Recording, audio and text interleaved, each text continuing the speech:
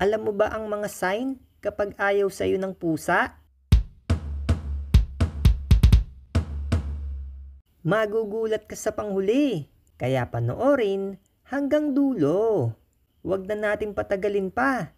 Simulan na agad natin sa number 1. Ayaw sa'yo ng pusa kapag ito ay hindi nagre-relax. Isa pa, kapag nakikita ka niya, hindi sila mapakali sa pagtulog.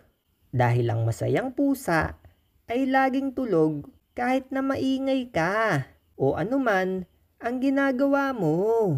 Komportable pa rin sila matulog dahil alam nilang safe sila sa'yo. At kung minsan ay pinapakita pa nila ang kanilang tiyan. Number 2. Siguradong ayaw sa'yo ng pusa kapag ito ay nangagat at binaon ang kuko niya sa'yo o nangalmot. Pero may mga pusa na malambing o gusto makipagharutan sa'yo at kakagatin ka na ang tawag ay love bite. Ngunit kung ito ay nagbibigay sa'yo ng kagat at nagsugat, ito ay nanggigil o ayaw niya talaga sa'yo. Number 3. Hindi ka gusto ng pusa kapag ito ay hindi makatingin sa'yo o umiiwas sa eye contact. Minsan naman ay hindi ka niya pinapansin. Minsan, mapapansin mo din na mas malapit ang pusa mo sa ibang tao kaysa sa kanyang amo.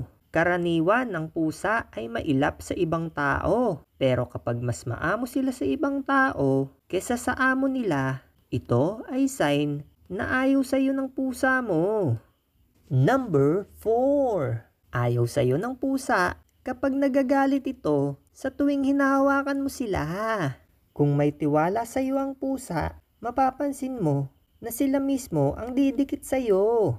Minsan, didilaan ka pa ng pusa at kapag sobrang close sa iyo ng pusa, ay matutulog pa ito sa tabi mo.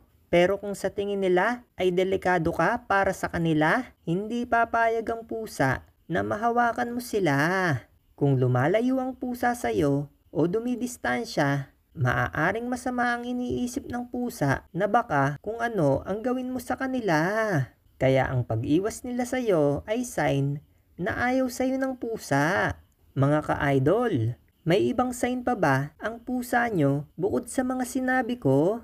Kung meron man, i-comment nyo na yan para ma-share at mapag-usapan. Mag-like ka na din dahil madami pa tayong mga videos na siguradong magugustuhan nyo. Thank you so much po mga ka-idol. Kaya ito na ang number 5. Mapapansin mo na nawawala ang pusa kapag nasa paligid ka. Nakakalat ang pusa kapag ramdam nila na hindi sila safe.